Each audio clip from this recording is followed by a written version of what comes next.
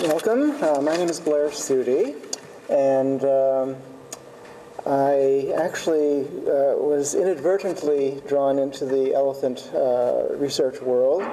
My background is in zoology and the ecology of desert rodents, but I spent most of my career working for conservation organizations, and I was hired by the Oregon Zoo in 1997 to be their conservation program coordinator. So I directed both their conservation programs and the research, and as a result got involved with elephants because elephants, of course, are a very important, high-profile part of the Oregon Zoo's program. I did wind up managing the radioimmunoassay tests of elephant reproductive hormones, which was conducted on weekly blood draws. And I coordinated a research program by the Institute for Zoo and Wildlife Medicine from Germany, studying assisted reproduction in elephants, and I represented the zoo at several elephant research symposia.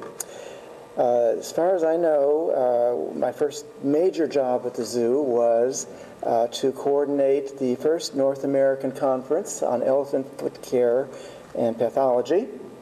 That was held in March of 1998. And there were 117 attendees from zoos, some circus representatives, wildlife sanctuaries, and let's see. Yeah, so they had and international representation too. And that conference had a series of presentations, and the outcome of the conference was this book, The Elephant's Foot, was published in 2001 by Iowa State University Press, and I was lucky enough to be the senior editor of the book. And I should emphasize that I never actually have gotten closer than 6 feet to an elephant. Elephants deserve a lot of respect, and at the Oregon Zoo, people who aren't supposed to be handling elephants never get near them, which is as it should be. And as far as I know, as to reinforce the female elephants at the Oregon Zoo are still managed and protected, in a free contact situation. The males, as I recall, are always separated from the keepers. That's because males are very dangerous, and every year, as the flyer that is back on the back table points out, every year usually 1 or 2 elephant keepers are seriously injured by elephants, usually the female elephants. It's completely unexpected. So it's a very dangerous occupation. All right, so I want to introduce Murray Fowler. And Murray Fowler passed away in May. He was, let's see here. Get this, try this again. Nope. There we go. Murray Fowler was the senior editor and contributor of several chapters to Biology, Medicine, Surgery of Elephants. This is basically the only comprehensive modern book on managing elephants and their diseases in captivity. And I was fortunate enough to be invited to contribute 1 chapter to this book.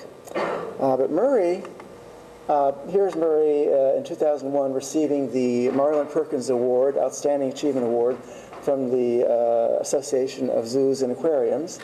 He basically created the field of zoo medicine.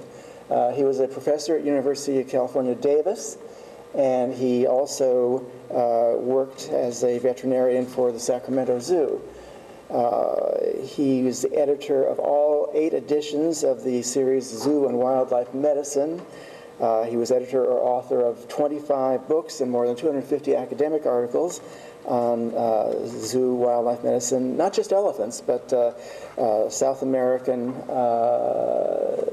marsupials. And Murray is a very, very prolific and respected contributor to the field of zoo medicine. And I'm emphasizing this because some of the quotes I have from Murray are really pretty telling. and they're directly from my book. Yes. Murray conducted a retrospective study of 379 elephants in North American zoos, and found that over 50% of them were afflicted by foot disorders. And, direct quote, it is his opinion that non-resolvable foot infections and arthritis are the major reasons for euthanizing elephants in North American zoos. And this is an all too frequent occurrence. So why does this happen? Well, elephants, of course, are the largest land animal. Some of them weigh over 13,000 pounds. First of all, as we've just heard, in the wild, elephants walk throughout the day. The number of miles they walk sort of depends on their habitat, but 8 to 20, maybe 30 miles a day. And during that time, they're foraging, mostly for browse. An average Indian elephant will eat about 330 pounds of browse a day. Browse is basically the leaves and twigs of shrubs and low-hanging branches of trees. They also eat grass at some time, and supposedly Asian elephants eat a little more grass than African elephants. And as Murray points out, in a natural habitat, elephants spend all day walking, and natural vegetation, particularly browse, contains necessary trace minerals and vitamins to promote foot health. Okay, so how does this correspond to what happens in a zoo? Well, first of all, captive elephants in zoos rarely receive browse. In one study of 17 zoos, basically hay alone of varying quality made up 40 to 80% of their diet. And only 4 of the 17 institutions who were reporting said they ever provided browse to their elephants. I know at the Oregon Zoo, sometimes, not very rarely, not very often, but sometimes the volunteers would go out and gather some browse from Forest Park and bring that back to the elephants. The elephants would enjoy eating it, but this was not a major component of their diet. Basically, hay is what elephants eat in zoos. Not the best source of vitamins and minerals to maintain health, especially foot health. But what is a zoo to do? Well, let me see. Look at elephants. Generally speaking, elephants, because they weigh so much, their skeleton and musculature is very much modified to accommodate their large size. They're really, truly mega herbivores. Their legs are the bones are massive and usually just positioned right over the body to give it maximum support. Elephants never lift all 4 legs off the ground. They only have 2 gaits. They can walk and they can amble. When they amble, they'll lift 2 legs on one side off the ground, then the other 2 legs on one side. They don't move very quickly, but they're designed to be very efficient in their habitat. The leg bones themselves, instead of a marrow cavity in their leg bones, they have sort of lattice work, calcified lattice work, so they can still produce blood cells in their marrow cavity, but it's much, much stronger than bones of other vertebrates. And the foot pad, the digital cushion at the bottom of each foot, is very elastic. And what happens when an elephant walks is that foot pad, the elastic foot pad, is compressed. And as it compresses, it forces the blood in the foot, because the foot is very poorly vascularized. So it forces that blood back up into the circulatory system. So walking is, as you can get the picture, walking is really a critical part of elephants' well-being. They have to walk to get that circulation going and prevent their foot from becoming infected, or if they get an infection, by walking they circulate blood and are able to heal. If they can't walk sufficiently, well, you know what happens. The infection spreads to the leg bones, and eventually, since they are unable to mend themselves, they wind up being euthanized. And we just heard that Pet was euthanized because of leg problems at the Oregon Zoo. It's not an uncommon occurrence. Okay, now about, well, why can't they walk so much? Well, first of all, elephants' husbandry at a zoo is, at least when I was at the Oregon Zoo, and I think it is still this way, is very constrained. First of all, unless there's an intended mating event going on, the males and the females are always kept separate. Otherwise, of course, the males would want to get friendly with the females, and that's not how the North American zoos are managing animals. They want the genetics to be maximized, and so only certain males can breed with certain females. A lot of the animals at the Oregon Zoo are Packy's descendants, so you don't want Packy to breed with them. Not that he's capable of breeding with them anymore anyway. We found that out in the reproductive study. But nonetheless, you have to limit the contact between males and females. So if you go to the Oregon Zoo, you'll see the females out in the front yard, and you'll see one male out in the backyard when the keepers have time to put them out in the backyard. But there are other things they have to do. They have to trim their feet, they have to wash them, they have to draw blood. There are a lot of other daily routines that they have to take care of. And so that means even though they have a big backyard, fairly big backyard, where they'll put out one male at a time, you don't put two males at the end of the yard at the same time, because they'd fight. They don't, so the males are always separated from one another. That's how they're managed. Oh yes, and how much of the day do they have accessible to the yard? Well, when the keepers are on duty. When the keepers are not on duty, which is basically, 16 hours a day, 15 hours a day, the keepers go home. The elephants are then taken into the barn and confined in their cells, relatively small cells. What do they do for those 16 hours? They stand there. Of course, they can lie down. Elephants sleep lying down. But when they need to relieve themselves, it's just right on the floor of the stall. So this is not a real healthy situation. Is it any wonder that they get foot problems? Can you imagine? Maybe we should take the keepers and lock them in phone booths overnight for a few days and see how that would work. That's not exactly the best way to maintain proper health in an elephant. So they have special structures. The bone structure is special. The foot pads are special, all designed to accommodate a free-ranging animal walking 10 to 20 miles a day, eating browse in the wild. As we heard, the males go off in their own groups once they reach adolescence, and then eventually there'll be some mating, and you'll have a self-sustaining wild population. That's not what happens in the zoos, however. Okay. Oops. Ah, yes, elephants' feet. We talked about the foot pads already, and it turns out that as a result of this Elephant Foot Conference that we held in 1998, I wrote a general summary, a consensus of the conference. That is that the lack of exercise, long hours standing on hard substrates, and contamination resulting from standing in their own excreta are major contributors to elephant foot problems. And it's very, very challenging to move away from this particular issue. This is a polite way of saying most zoos cannot offer elephants the sort of environment that is necessary to maintain the exercise level they need or the level of hygiene that they need to maintain good foot health. It's just not going to happen. All right. Well, elephants, of course, are very charismatic. They are the species that people want to see, and so many zoos, fewer than previously, but many zoos do have elephants as one of the featured display animals. Why is this? And here I'm going to quote one of our local authorities. I'm sort of saying this in jest. If you read the Willamette Week, you may know the column by Dr. No, Marty Smith, and he says that the animals everybody wants to see are the ones that precisely are worst suited for captivity. And I've just told you some of the reasons why elephants are really not well suited for captivity. They just can't get the exercise they need to maintain proper health. They aren't given the proper diet.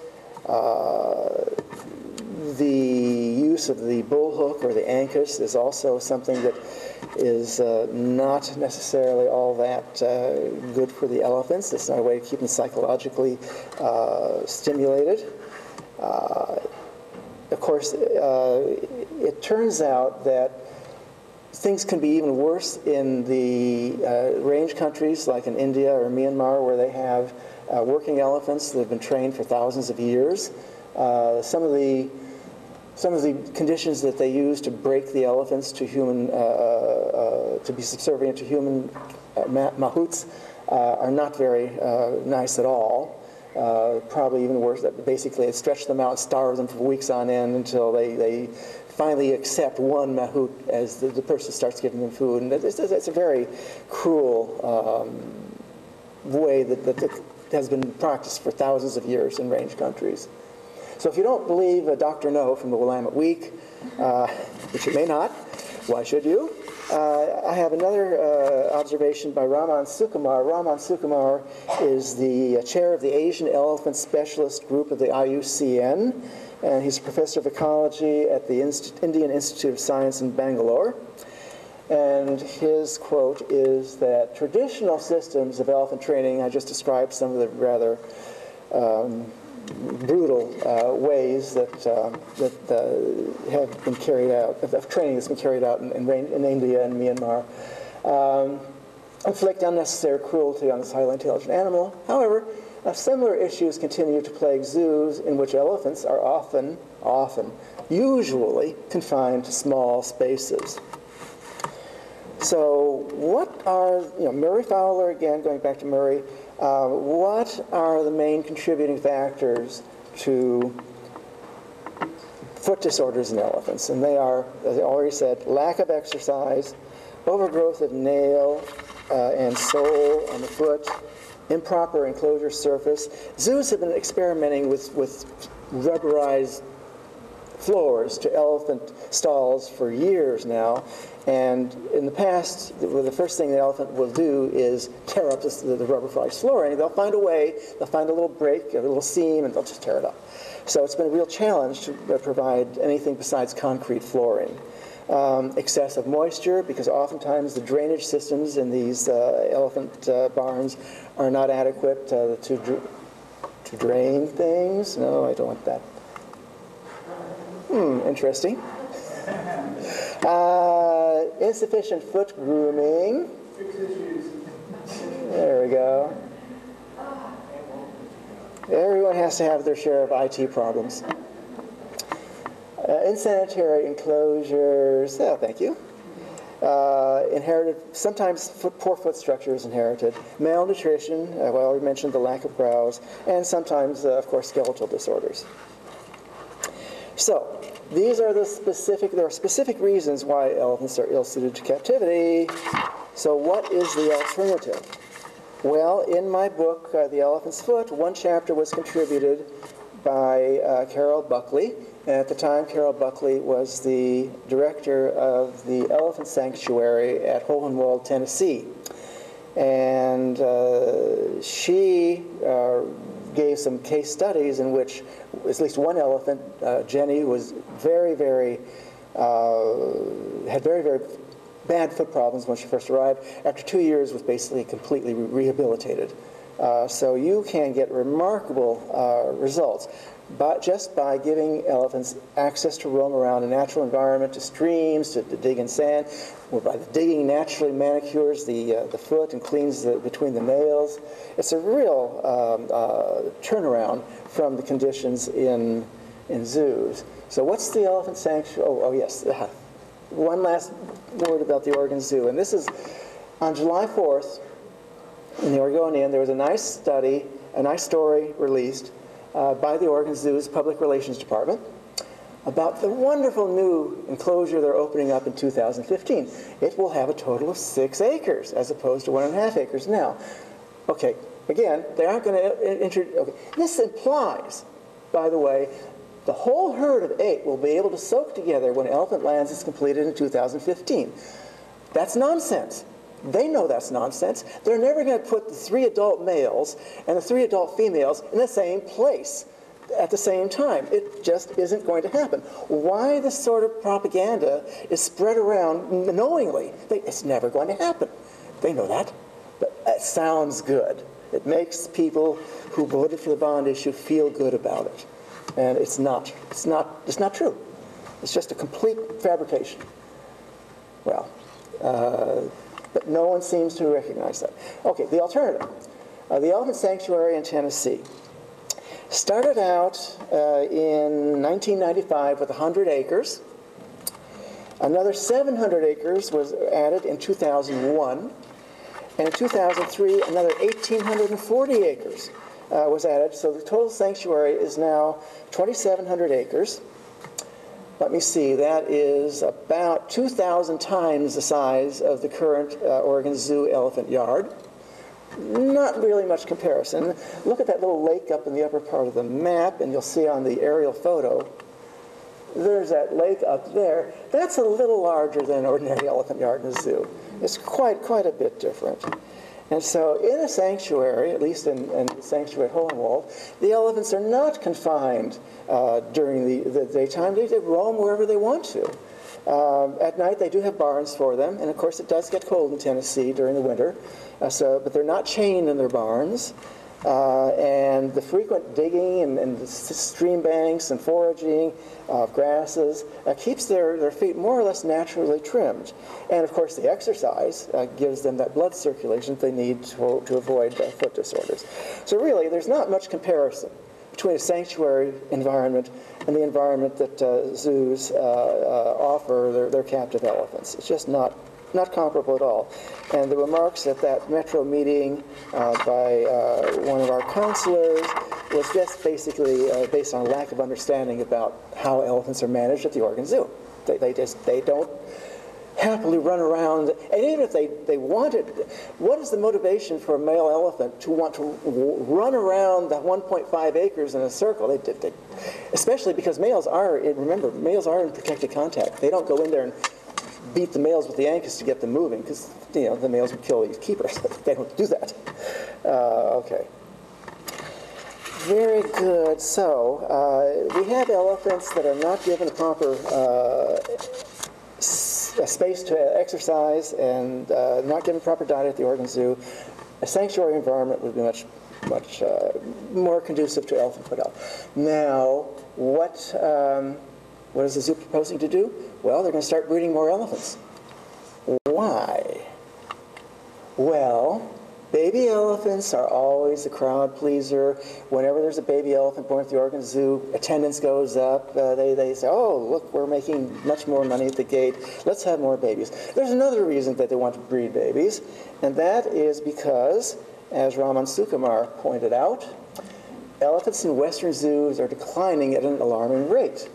North American zoo population of Asian elephants, for instance, is intrinsically declining about 8% a year. Well, why is that? A couple of reasons. Oops, I want to go back. There we go. This is the age pyramid of Asian elephants in accredited North American zoos in the very last stud book that the Association of Zoos and Aquariums published. And there's two things to note about this graph. The red represents females, the blue represents the males, and you'll notice there are a lot more females than males. Why? Well, zoos don't like to have male elephants in their barns because, especially during the reproductive season when males go into a hormonal condition called must, males are very aggressive, and not just to humans, to anything. If they can possibly tear down the barn, they will. So there are relatively few North American zoos that have elephant barns strong enough to restrain an adult male elephant. And those that do are pretty much at capacity. So it's a big tragedy in the zoo population management scheme when you get a male birth, because what are we going to do with it? That's one of the problems. But ordinarily, you get 50% females, 50% males born. So if you embark on a major breeding program, what are you going to do with the males? Because no one wants them. Okay? And secondly, Sukumar points out that after the age of about 30, this is 30, the fecundity of females goes down tremendously. And so most of the female elephants in North American zoos are no longer, they're way past their prime reproductive years. So what this is saying, and as I concluded in my chapter in Fowler and Nakota's book, the population of elephants in North America is headed towards zero. It might take 50 years or 60 years, but they're not reproducing fast enough to replace the mortality. Elephants lost to mortality. So we're looking at a declining population in the first place. A lot of zoos are getting rid of their elephants. What is it with the Oregon Zoo that they want to start ramping up their elephant reproduction program when they don't have a lot of options to do that? It's really a mystery to me. I think they should be going the opposite direction. Well, I think I'll wrap up talking about elephants in captivity generally. And this is a really interesting photograph. It's one of my favorites. This was taken by Richard Avedon in 1955, and it's been described as the most iconic fashion photograph of the 20th century. It was taken at the Cirque d'Hiver in Paris, and it appeared in the September 1955 issue of Vogue.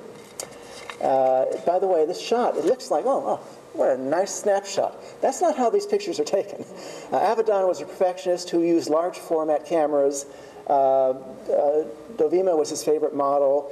I'm sure this shooting session lasted for hours and hours and hours, and those poor chained elephants had to go through, they had to lift their legs, turn your trunk this way, just right. No, let's try again. You know, after 8 or 10 hours of shooting, they probably, oh, that's a good shot. We'll call it a good shot. But this is just one way in which elephants have been used by humans over the centuries. Elephants in captivity go back, at least 5,000 years. And they've always been used as beasts of burden. They still are. And they've been used in forestry, of course, in Southeast Asia. For a long time, one of the primary uses of elephants in both the Mediterranean world and in India were as war elephants. They had elephant armies. Well, not just the elephants. They had mahouts on top of them. But they'd have mahouts and several warriors, and they'd be... one of the reasons Alexander the Great was supposed to have been deterred from going into India was because of the rumors of armies of thousands of elephants that he was going to have to face. And he said, no, we're not doing it. His men mutinied. We're not going to face these elephants. So they turned back. Otherwise, he would have conquered the rest of the world. That particular picture, by the way, from what I've read on the background of it, that gown was the first gown that a newcomer designed for the House of Dior, and the newcomer's name was Yves Saint Laurent, who went on, of course, to do some other good things in fashion. And that print of that particular picture sold for £719,000 in 2010 at Christie's. So it's obviously, a pretty famous picture. But it just shows how we'll use elephants any way we can. And it's not, we don't care about how the elephants really respond. We, meaning humans, in general. The Romans trained circus elephants, of all things. They trained them to walk tightropes. They trained them to throw daggers. They dressed them up in togas, and they drink wine out of big goblets. It was amazing what the Romans did. Very progressive people, I guess. Besides, of course, putting elephants in the Colosseum and killing them. For sport. The ancients in the Middle East, Babylon, they had zoological gardens where they had elephants. So things haven't changed too much over the years. Wrapping up, where does this leave elephants right now? Well, elephants have never been successfully domesticated. They've never been bred as domestic animals. They've almost always come out of the wild. Nowadays, because of the Endangered Species Act in North America, it's almost impossible to import an elephant from the range country. Chandra at the Oregon Zoo was an exception, and she was blind, and there was a big petition made to the U.S. Fish and Wildlife Service. It was for her own good to bring her over here. Okay, so she was one of the last wild elephants to actually be imported into the United States. But elephants really don't belong in zoos. They belong in the range countries. Let's not get into the ivory poaching and some of the other problems they encounter in range countries right now. But nonetheless, one of the best things that the Oregon Zoo and zoos, North American Association of Zoos and Aquariums could do for their elephant herds in captivity is to move them out to sanctuaries. Not that there are enough spaces in sanctuaries right now to accommodate all the elephants right away. And sanctuaries, by the way, cost a lot of money to run.